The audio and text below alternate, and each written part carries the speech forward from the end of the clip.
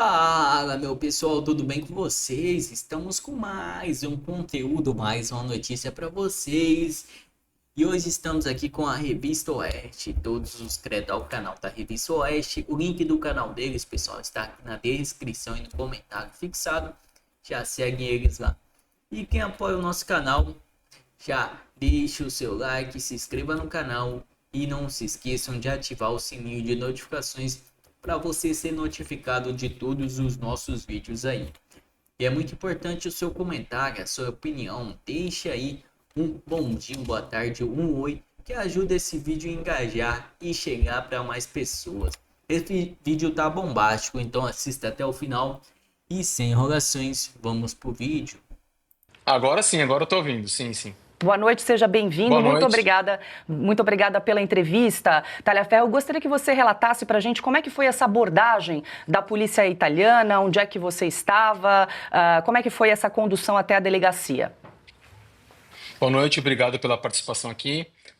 Foi tranquila, foi tranquila. Eu estava na minha residência, eles chegaram por volta das 4 horas, trocaram a campainha e me informaram que tinha um ofício para me entregar e que eu deveria acompanhá-los até a central dos Carabinieri aqui na Itália, somente para ser cientificado de um ato feito pela corte italiana, referente a um pedido do Brasil, o qual eu já sabia do que se tratava. Cheguei lá, fui identificado, me passaram as medidas cautelares e foi tudo tranquilo, sem problema algum. Perfeito. Talhaferro, deixa eu incluir aqui os parceiros nessa conversa. Adalberto Piotto. Talhaferro, boa noite. Primeiramente, o seu caso é muito específico, porque você não tem nenhuma condenação no Brasil e normalmente processos de extradição são quando você já tem uma condenação e normalmente transitado em julgado. Não é o seu caso. O seu caso você conhece melhor, mas me permita aqui só repetir, você divulgou abusos da justiça e essas informações é que deveriam estar sendo investigadas. Ao contrário, faz agora o ministro Alexandre de Moraes pedindo a sua extradição, enfim, com todo esse processo. A justiça italiana já teve conhecimento exatamente do que é este seu caso? Ou ela só recebeu um pedido de extradição e queria saber de você alguma coisa para, obviamente, aplicar essa medida cautelar enquanto ela vai analisar? Você percebeu que eles conhecem o caso, inclusive porque a lei brasileira, em tese, não deveria permitir sequer o pedido de extradição porque ele é abusivo. Mas a justiça italiana entende qual é o seu caso já ou ainda não? Na verdade, boa noite. Na verdade, a justiça italiana ainda não sabe do que se trata. Ela sabe que é um pedido de extradição feito por um ministro de uma Suprema Corte do Brasil e referente a um crime de vazamento de sigilo profissional com o objetivo de desestabilizar a República. Somente isso. Eles não sabem que não há que não há denúncia na época, né, do pedido, que não há condenação, que não há qualquer outra condenação em outro processo, e que o pedido foi feito com 10 dias de antecedência da própria denúncia feita pela Procuradoria-Geral da República. Eles não têm ideia. Quer complementar, Piotto, Não, rapidamente? quer dizer, nem o problema processual é de conhecimento deles ainda. Ou seja, suponho que quando souberem do problema processual, de acordo com a lei brasileira, vão passar a considerar isso também em todas essas cautelares. Ou a única cautelar é não deixar a cidade, é isso? Sim, a única cautelar que eu tenho é não sair da cidade. Não tem restrição de hora, não tem restrição de rede social, de internet, de nada. Que acontece o seguinte: o pedido chegou à Itália, porém, todo o processo ele deve ser traduzido e apostilado para o italiano para que a corte aqui tenha noção do que está acontecendo. E eu ainda vou ser ouvido para justificar, para poder, no interrogatório, para falar o que está acontecendo. Inclusive, o crime ao qual Moraes atribui a mim, aqui na Itália não é crime. Denunciar alguém é crime vazar dados. Porém, se esses dados vazados são crimes de uma pessoa, não é crime, ao contrário, você recebe até uma recompensa. É obrigatório fazer isso na Itália. Então, o que o Moraes está fazendo aqui não tem tanto efeito hoje. Entendi. Deixa eu passar para a Ana Paula Henkel, que também tem uma pergunta para o Eduardo Talhaferro. Boa noite, Talhaferro. Obrigada pela entrevista. Talhaferro, na verdade, eu tenho duas perguntas. Uma, porque eu sei que você tem cidadania italiana, por isso você foi para a Itália. Por que você não veio para os Estados Unidos? Porque parece que o mundo anda meio desestabilizado, né, em relação ao respeito às constituições. Há um complexo industrial da censura sendo aplicado em todo o mundo e parece que os Estados Unidos ainda estão respeitando, né, esses pilares da liberdade, da proteção. E a segunda pergunta que eu queria te fazer é se o material que você tem, alguma coisa já foi encaminhada para autoridades americanas ou para pessoas relacionadas com o governo americano, já que o próprio Alexandre de Moraes foi sancionado pela Lei Magnitsky pelo governo americano? Boa noite, Ana, tudo bom? Bom, a minha decisão de vir para a Itália, ela se deu justamente pela facilidade por eu ser italiano e não ter qualquer tipo de restrição. Mas não foi só isso. Eu não pude ir para os Estados Unidos justamente porque a minha esposa e a sua filha, elas não têm visto americano. E eu não tinha muito tempo hábil para pedir esse tipo de permissão aos Estados Unidos para levá-las naquele momento. Eu cheguei na Itália em abril, é, para poder me estabilizar, ver tudo direitinho. E só em julho é que eu comecei a divulgar mais coisas com relação a Alexandre de Moraes. Então eu não tive como ir para a Itália naquele momento, justamente por uma questão burocrática de visto de pessoas que estavam comigo e deveriam me acompanhar. Com relação à tua segunda pergunta, sim, eu já entreguei nas mãos de autoridades americanas. O material já se encontra em poder deles. Parte do material próprio, conversando com o próprio Figueiredo hoje, ele também utilizou para poder fazer as sanções ao ministro Alexandre de Moraes, e a gente vai continuar fazendo, Ana. Não tem fim, não tem prisão que me segura. Augusto Nunes. Talhaferro, boa noite, muito obrigado pela entrevista. Queria saber o seguinte, você é acusado de não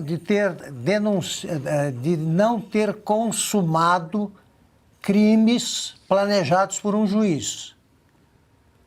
Essa é a verdade, a realidade é essa, tá certo? Você impediu a consumação. Ao denunciar, você denunciou um culpado. Eles te acusam do que exatamente? É vazamento de documentos?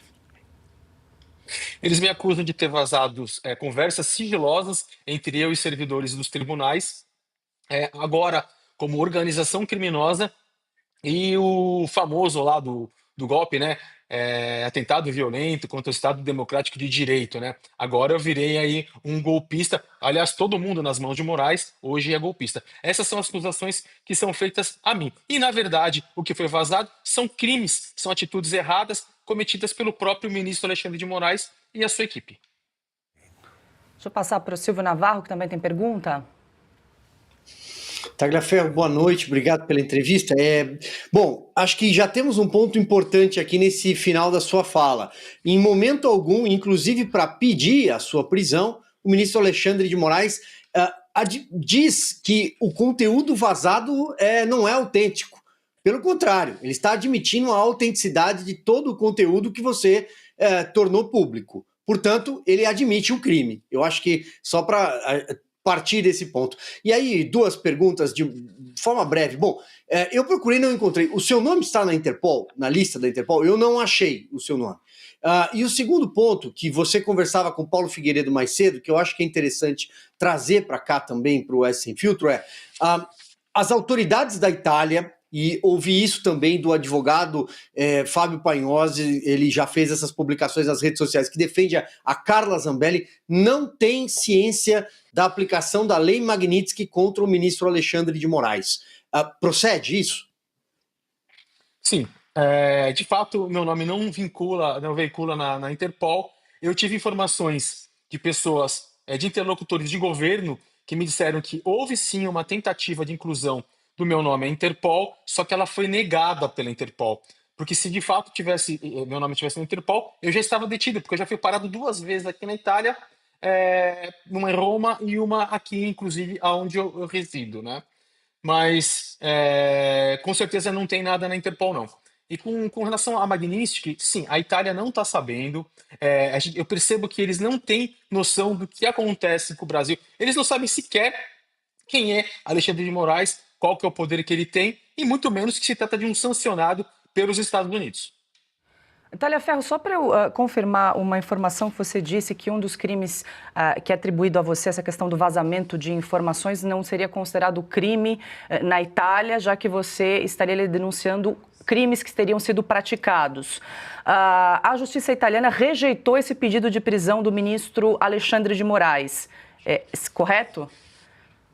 Qual foi a Sim, alegação da justiça italiana para rejeitar esse teu pedido de prisão? Ela, ela não fala qual que foi a alegação, ele pediu que eu fosse preso e extraditado, e preso em cautelar aqui na própria Itália, ficasse preso dentro de um presídio italiano.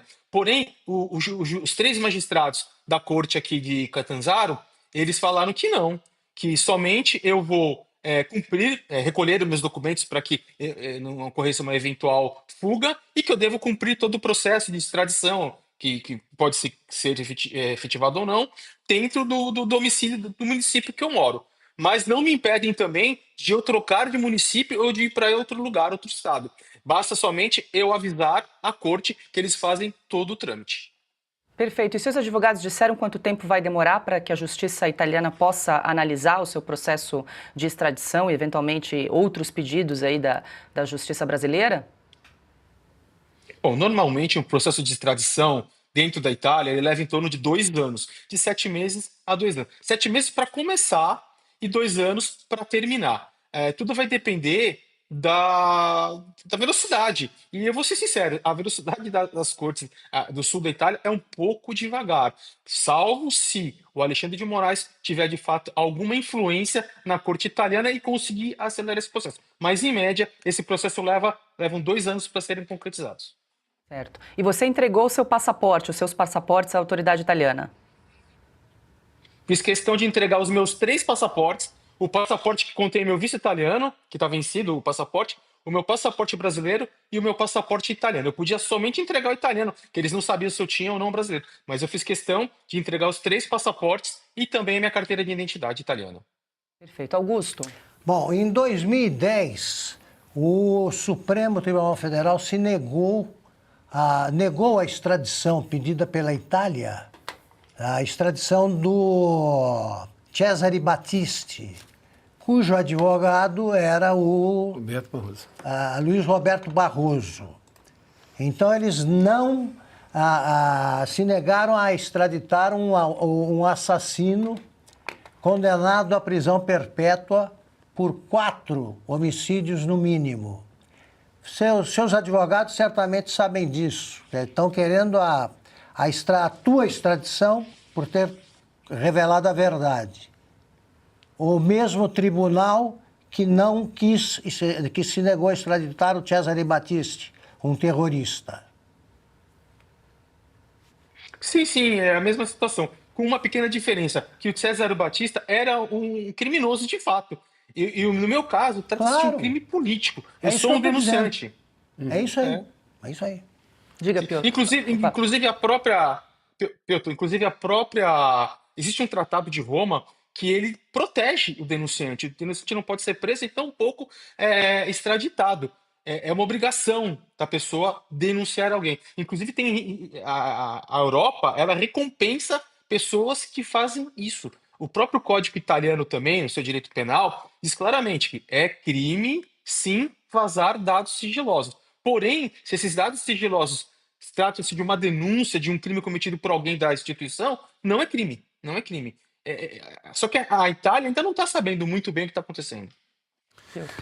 Talhaferro, no Brasil normal também denunciar abusos judiciais seria também recompensado. É que nós não estamos num país normal e você conhece muito bem essa realidade. A minha pergunta é bem objetiva. Os seus advogados vão levar a justiça italiana até como forma de explicar o porquê você está sendo perseguido, qual é a exata situação do Brasil, do Supremo Tribunal Federal, do ministro Alexandre de Moraes, sancionado com a Lei Magnitsky, outros juízes do Supremo Tribunal Federal sancionados com a perda de visto americano, ou seja, todo o envolvimento agora que tem os Estados Unidos diante dos abusos. Fala, meu pessoal, o que vocês acharam do vídeo? Deixe a sua opinião aí nos comentários, que é muito importante pra gente saber o que vocês estão achando desse vídeo aí. Se você gostou, se você não gostou, Talhaferro aí, será que vai ser liberado? Será que a Itália vai recusar 100% aí? Ora, com certeza sim, né? Essa Moraes só tem influência aqui no Brasil. Aqui ele é o ditador, né? E quer, cada dia que passa, quer ter mais poder. A gente tem que lutar contra essa ditadura de Moraes aí e o STF e a presidência, né? Não é só eles já estão aí há muito tempo nesse movimento para estar onde que estão hoje. Eles já, para virar essa ditadura, demorou. Eles não querem largar desse poder nem um pouco, né? Vai ser difícil, mas a gente vai conseguir derrubar eles aí.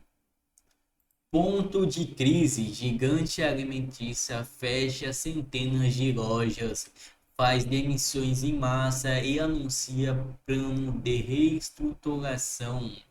Rede de cafeterias prevê custo de 1 bilhão para recuperação. Mais de 500 pontos comerciais foram fechados e cerca de 900 trabalhadores da área corporativa dispensados. Starbucks anunciou o fechamento de centenas de lojas e uma nova rodada de demissões corporativas como parte de um plano de reestruturação de seus negócios. A medida foi apresentada pelo CEO Bren Nilsson, que está à frente da rede de cerca de um ano. A medida havia sido sinalizada na última quinta, dia 24, nessa quarta-feira, dia 1º, uma nota atualizada na lista de processos de reformulação que passará a ser adotada pela companhia. Segundo a comunicação, gigante alimentícia, cerca de 1% das unidades da América do Norte serão encerradas, e a rede possui 18.734 lojas até o fim de junho, desde o ano, e fechou setembro com aproximadamente 18.300. A empresa estima que o custo da reestruturação alcance 1 bilhão. A carta enviada a oficiais, a Nilcom explicou que o fechamento atingirá cafeterias incapazes de criar um ambiente físico e que nossos clientes parceiros esperam ou ordem. Não vamos a caminho para desempenho financeiro, e reconheceu que as decisões têm impacto em larga escala. Esta é uma ação que impactará parceiros e clientes das nossas cafeterias, não centros de comunicação, e fecha qualquer loja difícil. Pessoal, muito obrigado a todos que assistiram até aqui. Até a próxima.